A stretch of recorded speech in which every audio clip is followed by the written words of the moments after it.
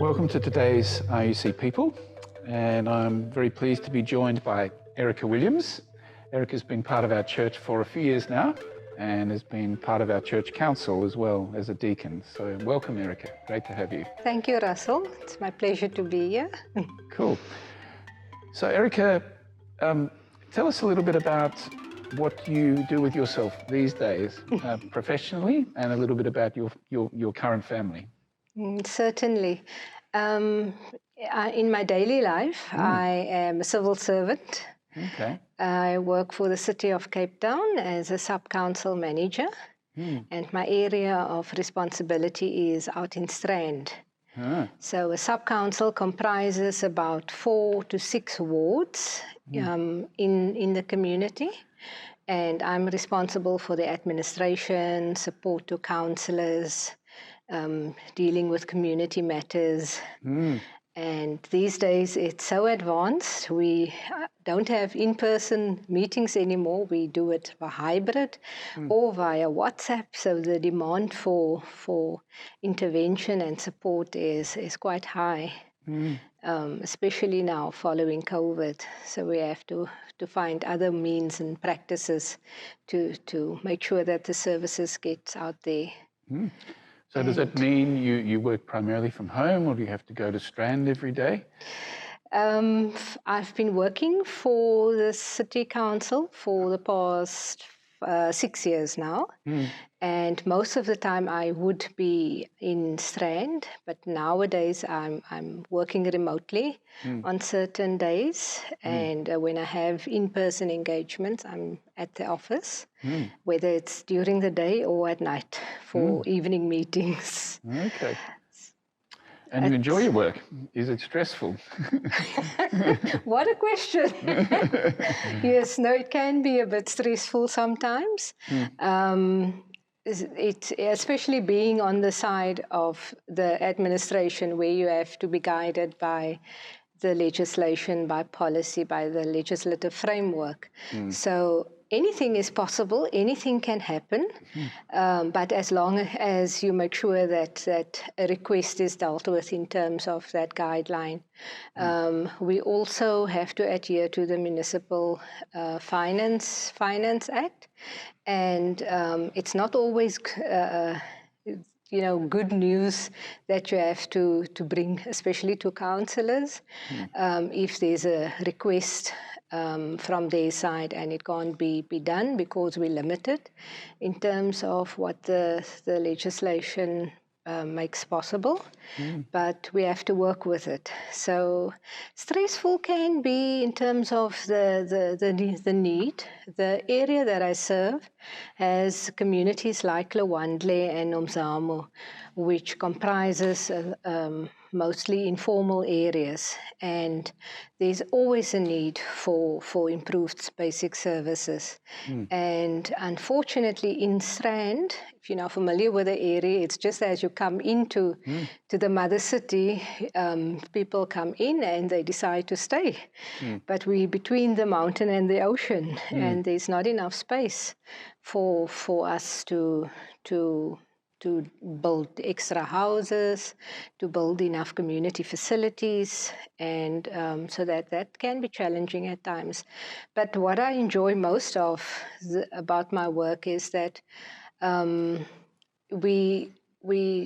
these days we work holistically. So we work together with the different line departments or other spheres of government, to plan better and to work with the resources that we have to improve lives. I always say to people, I'm a born civil servant. I've always served people in my life, and I guess what I've The environment that I was raised in, what I grew up with, the examples has always been to be out there, to take care of other people, you know, to see to social justice and social development. So I've worked previously for another local municipality out in Paarl, working on the farms with farm evictions, farm acquisitions for the farm workers, which was just as interesting, amazing journey. There's a lot that I've learned in my field about people, about the opportunities that there are in agriculture. And prior to that, I've also worked at NGOs with the same focus of development. And so I studied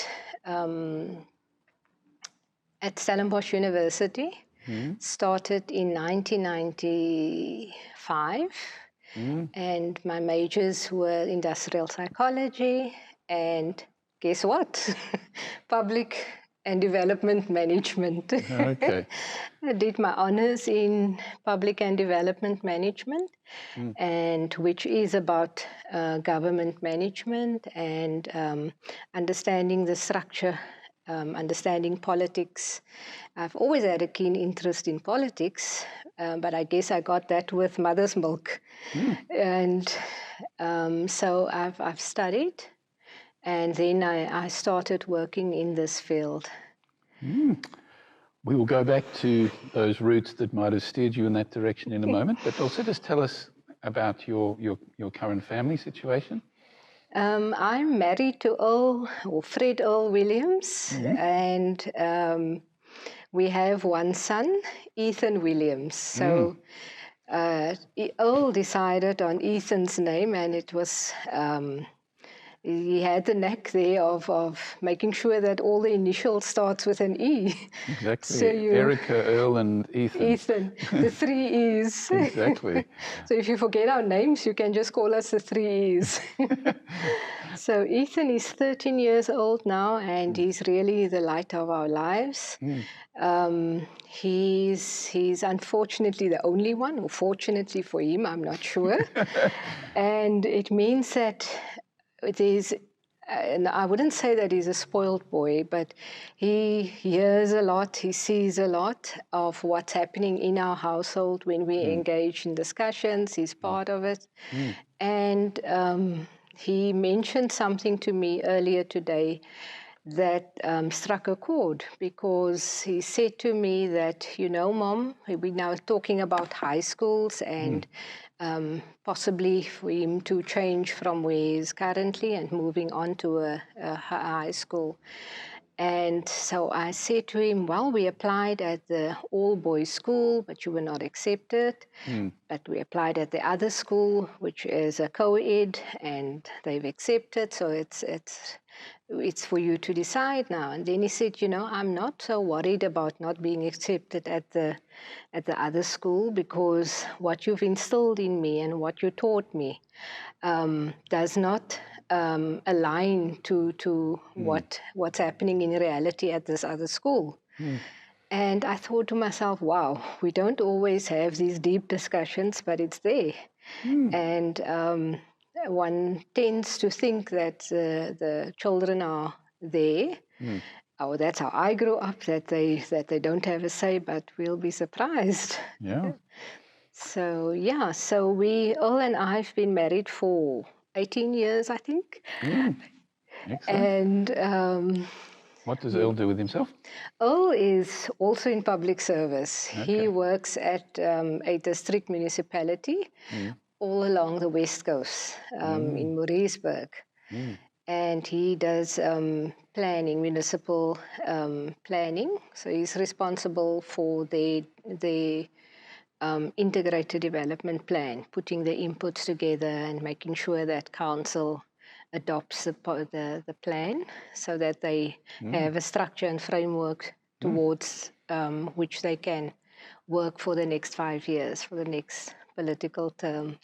So is municipal service delivery a topic at the dinner table in the Williams house? Indeed, indeed. But I must say, there's never a dull moment around this topic because there's always challenges that we experience in our fields, and it's wonderful to come home and say, I've had a day like this. I'm not sure what to do next, and then get some advice. Or if I'm now busy at home typing away on an email that must go to the counsellors, and I'm too blunt about the topic, then Earl would say, this is the way you put it. So there's that kind of support, which is valuable. And how do you find sort of, the demands of work as opposed to the demands of home, mothering and being a partner to Earl? Sure, can be hectic at times. If it wasn't for my tablets, tongue in cheek, no, it's about finding balance in life.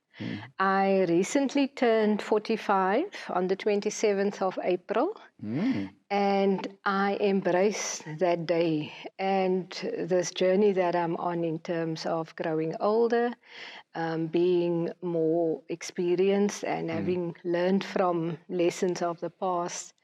The one thing that I've now discovered is that there must be balance. It can't be all about work or all about family or just about me. We have to find that balance. Yeah. Okay. So Erika, take us back to the start. Where were you born? Tell us about your family, your parents, your childhood and schooling. Certainly, my parents are both late already. My dad passed in 1998, and my mom passed on in 2005. And I feel that they were young when they passed on, not even 60 yet. So there was so much that they could still live for and could still offer. But I'm holding on to their legacy and the inheritance of creating this person and what's lying ahead of me. So I'm holding on to that. My dad was a church minister for the then Dutch Reformed Church, the NG Sendingkerk, which is now the Uniting Reformed Church. And my mom was a social worker. So they met because of the fields that they were in. And because of him being a church minister, we often traveled and moved from different areas. So my eldest sister, Ingrid, was born and grew up in George. And then they moved to East London, which is now part of the Eastern Cape. And I was born there, and in 1977. My mom was a friend of Professor Erika Theron, who was a professor and she was also a chancellor at the University of the Western Cape at some stage. So the two of them met prior to my birth. Due to their interest and what was happening in the country at that time, as I was told. And she headed the Theron Commission, which was a committee that investigated the coloured population and made recommendations regarding the future of the coloured in the country at that time. So what she knew and what she learned about that community, she also gained insights from what my mom shared with her. So they used to write letters to one another, and just before I was born, and they now learned it was going to be a little girl, my mom said that they would like to name me after Erika, and then she said, it must be the Afrikaans spelling like her name, and it must have a surname as well. So I am Erika Theron, and my maiden name is Paulson, so I've always been Erika Theron Paulson, and now I've added Williams to that. So when I talk about a legacy and something that has influenced my life in a major way, it is this relationship that we've had with Erika Theron. Okay. She wasn't afraid of then President P.W. Botha. So she used to advise him on the different acts that governed in apartheid. She was totally opposed to group areas, Immorality Act and that. So she has also shared some of her experiences and the work that she's done in her autobiography, which is an Afrikaans title, Sonder Hoed of Handskoen. So without the hat and the gloves off, which says a lot about the feisty personality that she's had. And I don't think I'm as feisty, but I won't step away from a challenge if it comes my way. Okay. So on that history, one of the letters that I found that they wrote to each other, they said that there will be a day when I will see the change in our country, and I will see what people have been fighting for, and that is the democracy. So lo and behold, my birthday is on the 27th of April. Freedom Day was born 1994. Right. I was a year too young to vote myself, but the memories that I have of that day was about my parents being able to vote in the town hall of George, where we moved to after I turned 5 years old. We moved back to George, and we've stayed on in that community. So they were voting, and after that we were driving around to the different voting stations to see what it was about, and there was just this amazing energy and people of all races and voting together, and I will always remember that. And so sometimes in my daily life at work, I would always say to people that I am a child of the democracy. So everybody gets a chance to speak and put their proposals forward. It's not to say that we will deal with that proposal necessarily, but you have a voice, you can speak. Yeah. So and then, we deal with it as per normal meeting procedures. So born in East London, where did you go to school? Or did you move to the Western Cape at some stage? Yes, we went we moved back to George in 1983. So I started my schooling years in George at the church school called Hibernia. Okay. And I had a headmaster, and he's also late, Mr. Clarence Gelderbloem, who also left an impression on me since that age. Kind, gentle spirit, but also very strict. Okay. And making sure that us kids toe the line. Okay. Being a minister of the child of a church minister, I had to toe the line. I wasn't naughty. I think. Okay. There were not really time to be naughty or be different than what I was raised. I remember being quite busy with my parents, being at church, or busy with having street Sunday school. You know what that is? Is where Mom loads a lot of donations and cakes and breads that she received. She would load that into a little city golf, and we would go into the community on a Sunday afternoon and conduct Sunday school. So everybody that we see, kids, even parents that haven't made it to church, will have a service with them, and sometimes that would be the only meal that that child would have for the day. So whenever they would see the city golf, the white city golf, they would start running to make sure that they get there Exactly. for the soul food and the meal to eat. So yeah, I remember being busy like that.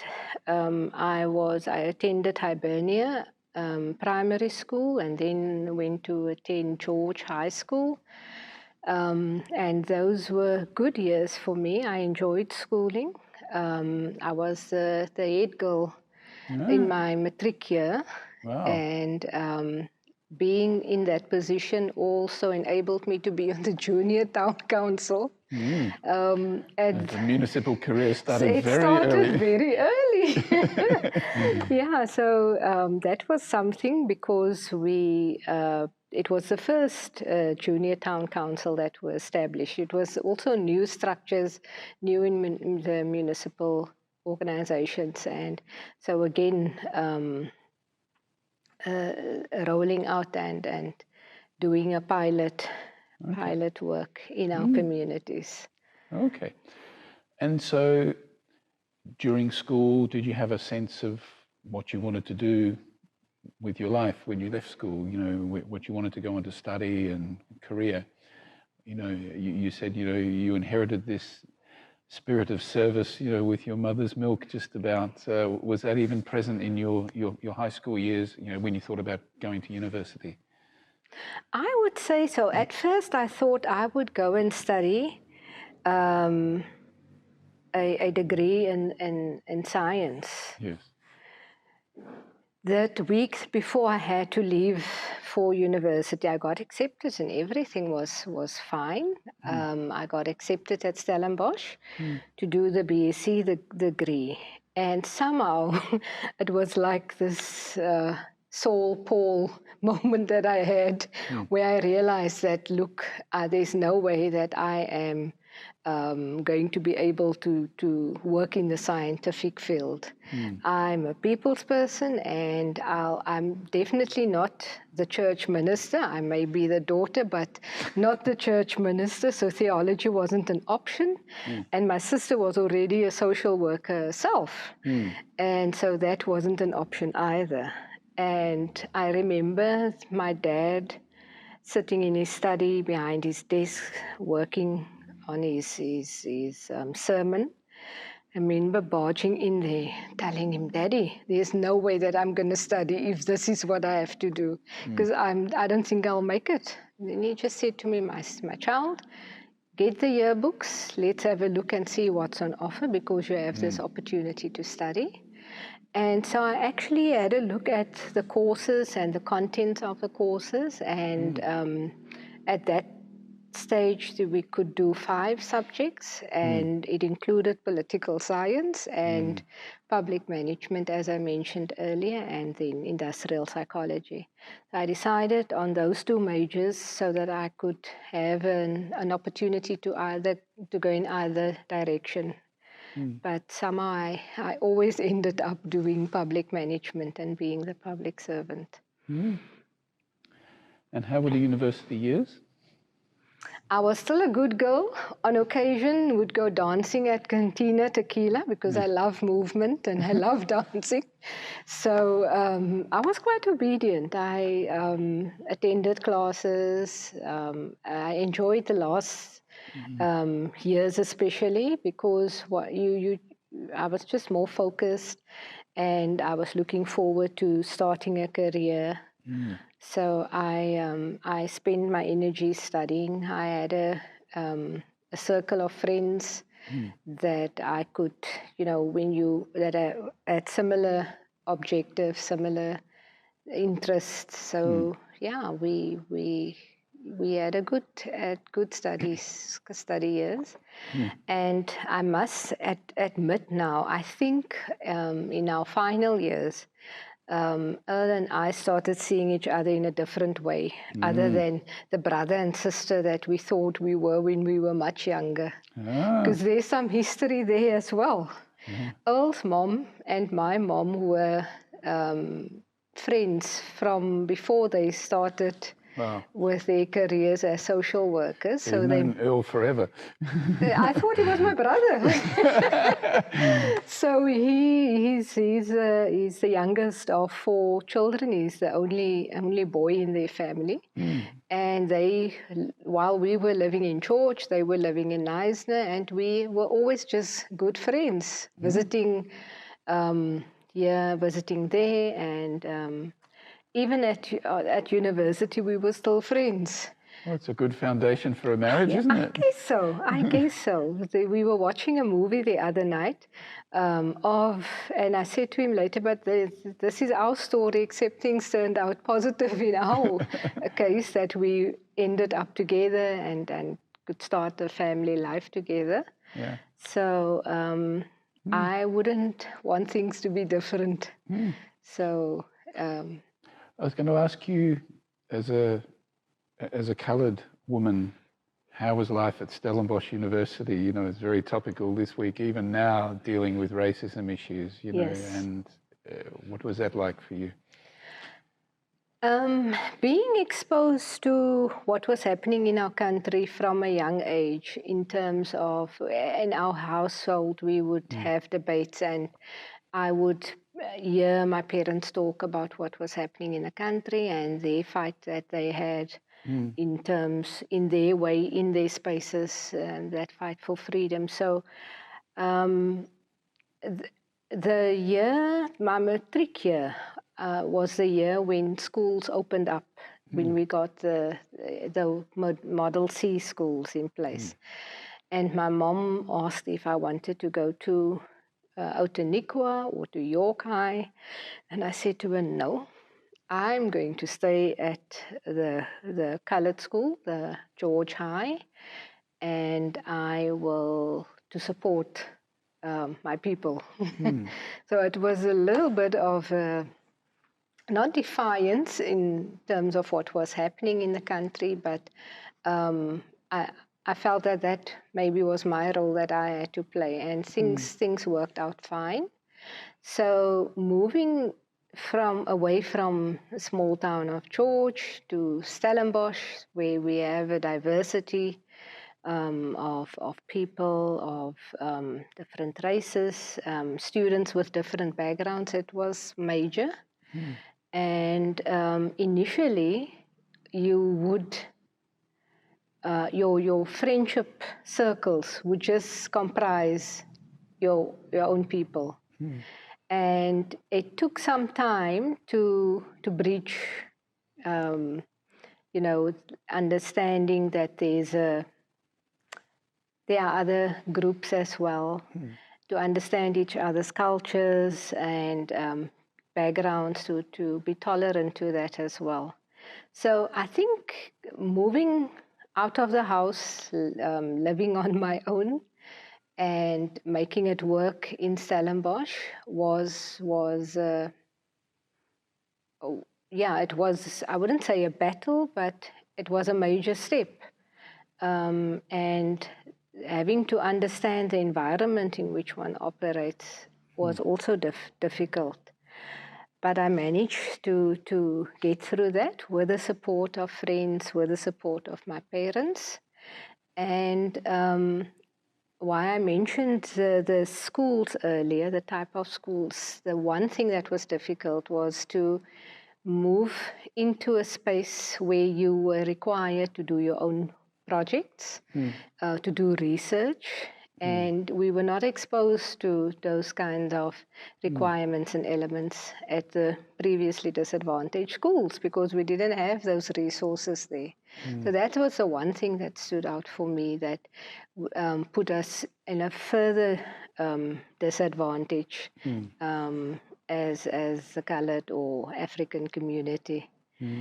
But being at university just after the birth of democracy was a bit different, I guess, than from what it could have been prior. There was a general feeling of people wanting to connect, people wanting to get to know each other. So I ended up being part of some of the committees at university.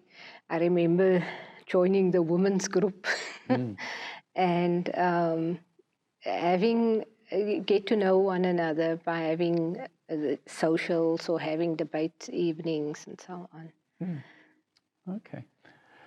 So Erika, tell us a little bit about your faith journey. Daughter of a minister, born into faith, I suppose. Has church and faith been an important part of your life? And maybe tell us how you found your way to be at RUC. So yeah, people always think that when you grow up in that faith environment, faith community, in a church community, or that's my idea, or that's what I thought, that you automatically belong to the faith, or you have that personal relationship with God. But it's not the case. Because you attend church services every Sunday, the prayer meetings on a Wednesday evening, and then church Sunday evening services sometimes. During Pentecostal times, there would be 2 weeks of attending church, and you have to set the example, so you have to show up and be there. I always knew God in that way.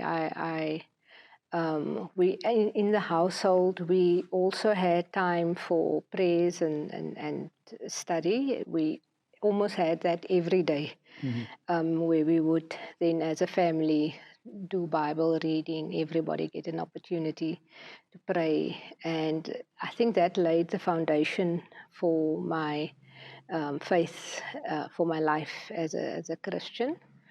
There were occasions where I felt moved that when that was that kind of a sermon where you would now go forward and receive a blessing, and then you now state that you become a child of God. And I don't recall the days and the dates of such occasions.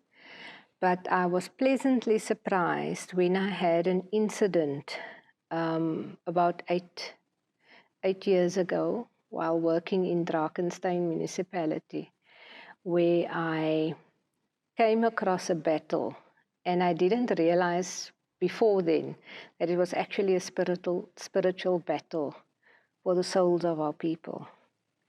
And there was the background to the situation is the field that I worked in, as I mentioned earlier, was with farm workers and farm owners, and the conditions in terms of which people lived on certain farms. So as government has to play a role in improving those the lives of people affected.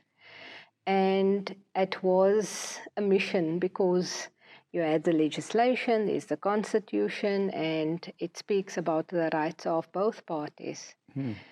And at some stage, it felt to me that it was a battle to see the change and to see that improvement in people's lives, because even the courts were involved in having a say in what must happen with families that were threatened by evictions or having to have a move away from farms.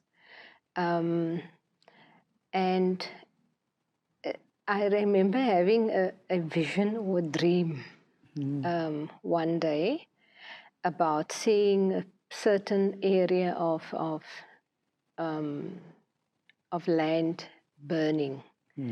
And I was speaking to God in this vision or dream, and I was begging God, please don't destroy the people, don't destroy what we have here. We will fight to change the mentality. We will fight to change that spirit for the better.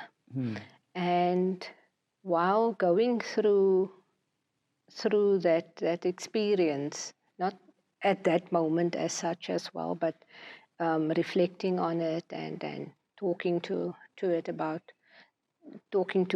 Earl about it and my church minister that I had then, I realized that what I do as a civil servant serves as my ministry.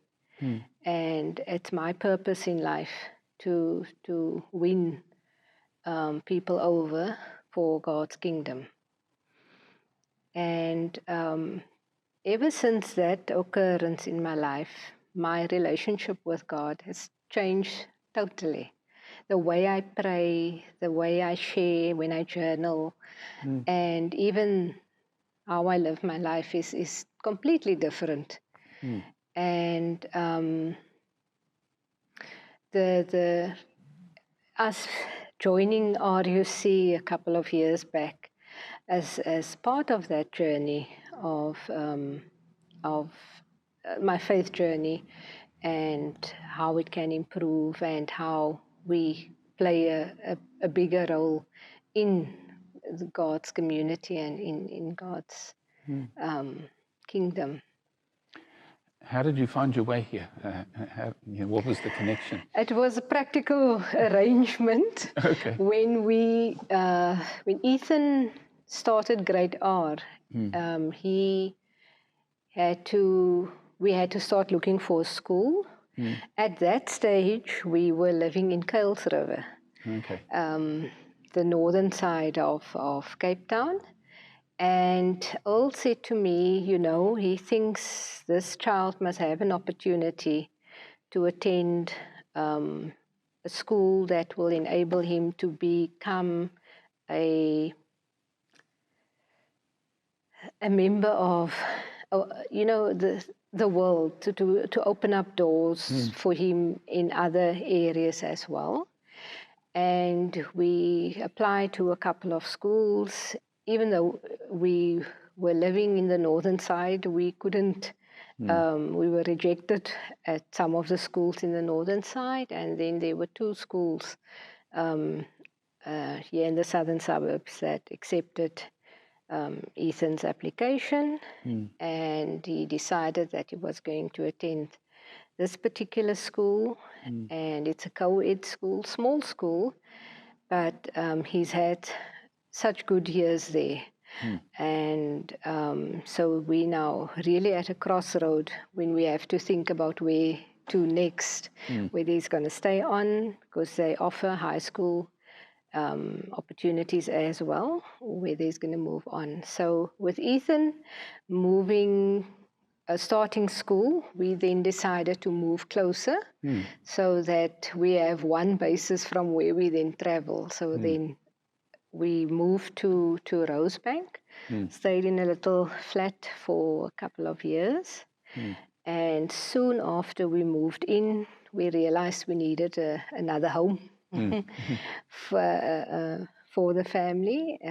We then moved from Kuils River Community Church, which is also a uniting church. Right. From Presbyterian and Congregational Church. We then moved from Kuils River to RUC. The first time that we came, we visited other churches in the area, but that first time that we came, the sign for me that we had to be here was when Ethan at age 6 came in through those doors and he walked right to the front and he sat listening to Robert's sermon, and he was able to join the Holy Circus afterwards.